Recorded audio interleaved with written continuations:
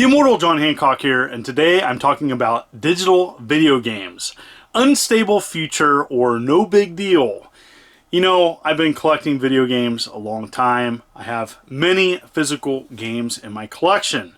But I would be lying to tell you that I don't use digital marketplaces. Now, digital video games have been around a while now. You know, they really became stable and an accepted format, especially for PC gamers that mostly play Steam games. You know, I can't tell you how many digital downloads I have on Steam. There's several games I haven't even touched. You know, and it just made me think about it. You know, are we completely accepting a digital marketplace future for playing our video games? You know, it's been around. There seems to be less and less physical video games going around. But something that we don't talk about is it stable? You know, this last week, DuckTales Remastered got delisted, and the only way to get this game now is physical releases of it. Now, DuckTales Remastered is a good example because that game was released on physical. Not all games are released that way. Some games are only digital. So for whatever reason, if the license runs out or if a game gets delisted for various reasons, sometimes there's only like a window of time where a game's available, and then that's it. The only way to get the game is to purchase it, download it to your console or computer, and that's it. You know, once it gets delisted, the only people that can play it are the ones that downloaded it. You know, this brings up a really interesting future for digital-only games. And is that okay? Is that unstable? Is that something that we should be concerned about? You know, one really interesting example that I can bring up is there was a remaster of Robotron 2084, and it was for the Xbox 360. And later on, it got decommissioned or delisted. You could no longer get this game, and it was like a slightly enhanced version of Robotron 2084. It played the same, it was close, and I have it on my console, and I have that console in my collection because that's the only way to play it. You can't, unless you find someone else's Xbox 360 with it, but even that would be really challenging to play. So does this bother people? For me personally, with certain games, yes it does, because you know, once we go to an all digital future, we succumb to a marketplace where we download a game and we hope and pray that, you know, that marketplace doesn't change, or does it ever stop.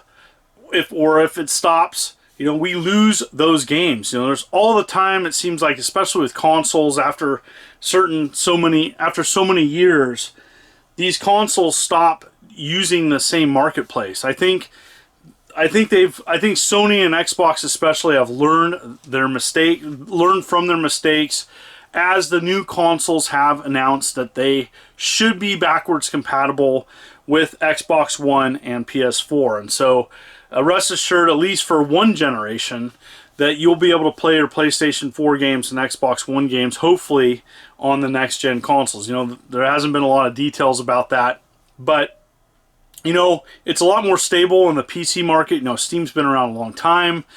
People that purchase Steam games don't have to worry about it, you know, being connected to their console. They've downloaded it. Once they log into Steam, you can play your game anywhere. And so for PC users especially, it's not a big deal. Steam has, you know, thousands of games. There's just a metric ton of stuff to play there. You know, is that good enough? I think for PC users, they're completely fine with it. I think it's the console users that get kind of hung up on the physical releases of things. You know, and then there's a preservation side, and that's a separate conversation where many games are going to be lost if they're delisted from digital offerings. And so it also brings up a collector question, that there's certain games that are going to be really hard to find because they were discontinued, or they were offered on a marketplace and that marketplace is gone. And so I personally don't have a problem with digital marketplace. There's several games that I purchase that way that really aren't worth putting on physical. You know, if Nintendo Switch has a lot of indie titles in that $10 range. Do I care that each one is not on physical? Not really. But, you know, for like, you know, someone else, they may only collect on physical. And the nice thing about that is that, you know, if you have it a physical copy, it's a lot easier to transfer that game from one console to the other. You know, you can let someone borrow it. You know, these are tiny things that I think more and more people aren't thinking about. Maybe they should think about it, because that is something that we are going to lose when we go to an all digital marketplace. And so you won't be able to share games as easily. I'm sure there'll be ways they'll work around that. You know, and the other thing too is when a marketplace is gone, when a game console's been discontinued, how do we play a game? You know, the Ouya is a good example. It just came and went, and it was a total market failure. They shut down the servers, and several games now you no longer can play on the Ouya. It's done.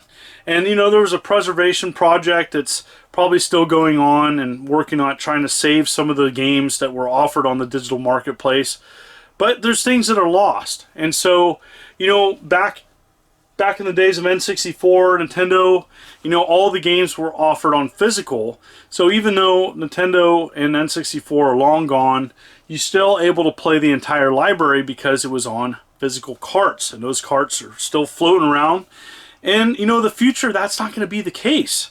There's going to be several games, hundreds of games, probably even thousands of games that eventually at some point are going to be lost. And, you know, that's on my mind. I think about that. I think about that as someone that loves video games.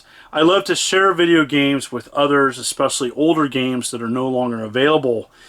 The PlayStation 5 and the Xbox Project Scarlet, whatever they're going to call it, they've announced that they're going to have optical drives. And so at least you'll be able to play current gen physical releases of games. But there's a lot of things to consider our future of playing a digital only marketplace and digital games. And so, you know, for me, a good example is Nintendo Switch. I love to collect on the physical. I typically, if a game is really good, I want to pursue it and get it on physical. But for most indie stuff, I just get digital and I call it good. You know, for PlayStation 4, you know, with the long, hefty, bulky download times for that, I typically like to get a disc version of a game, but even the updates just take forever. You know, a good example is No Man's Sky. You know, I don't even want to think about the update for that coming up. It's going to take a long time to update that, you know, several gigabytes to play the game. You know, and I don't know, like, so for some people, they're going to care about the future and being digital only. You know, for me, I'm concerned that many games are going to get lost, but I'm still going to buy digital games. I'm not anti-digital games. I buy Steam games, I buy Switch games on digital, but I do still like to collect, and so I still, the collector side of me, I still like to collect physical, but, you know, that's definitely have slowed down. You know, for me, my garage is full. I like to play games too, and, you know, a digital copy of a game is very convenient. I don't have to find a disc or find a copy of the game. It's right there on the console. But that's only good if the console is still around. You know, the problem is a lot of consoles and hardware. In fact, I believe all hardware will eventually fail and die. And so there needs to be an easy, convenient way of getting your game that you purchased back on a new hardware device for the future. And so, you know, the consoles, I don't think have fully figured that out. And, you know, that is a concern for me personally. For some people, it may not. You know, I still think that the PC market has figured this out the best. You know, when you buy a game on Steam, you know, I hadn't logged in my Steam account for a long time, and logged into it and just showed all my purchases right there. Crazy. There must have been some type of humble bundle because I, you know, had a bunch of Star Wars games that I even forgot I had. You know, it was cool to go back to my Steam account and see what I purchased. You know, definitely encouraged me to play some of the games that I forgot I even had in my library. So, what do you think? Are you concerned about an all digital future, or do you think it's overblown, no big deal, and that eventually people are just going to accept just playing games on a digital, all digital, on their consoles all the time, no big deal? Comment below, as I would love to hear what you think of this topic. You know, a lot of people are going to have different opinions on this. There's going to be diehard collectors on one side. Are you one of those where you only get physical copies, and if it goes to an all digital future, you're out? So I'd love to hear back from you, your thoughts on this. This should be a lively conversation, and comment below. And thank you for all the support.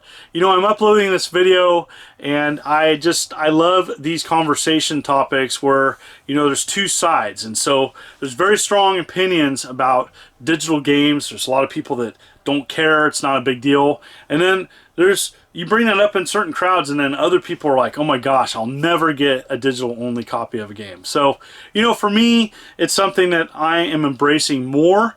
But the historical side of me, the preservation side of me, I am concerned. I am concerned that there are going to be games lost when we go to this format only. That's really what it comes down to. For a convenience factor, a gamer factor, no big deal, you know, and that, you know, I kind of feel guilty a little bit that, you know, I purchased digital games, no big deal, and it doesn't bother me.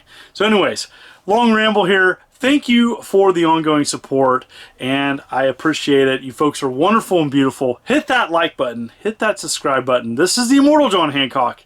You take care.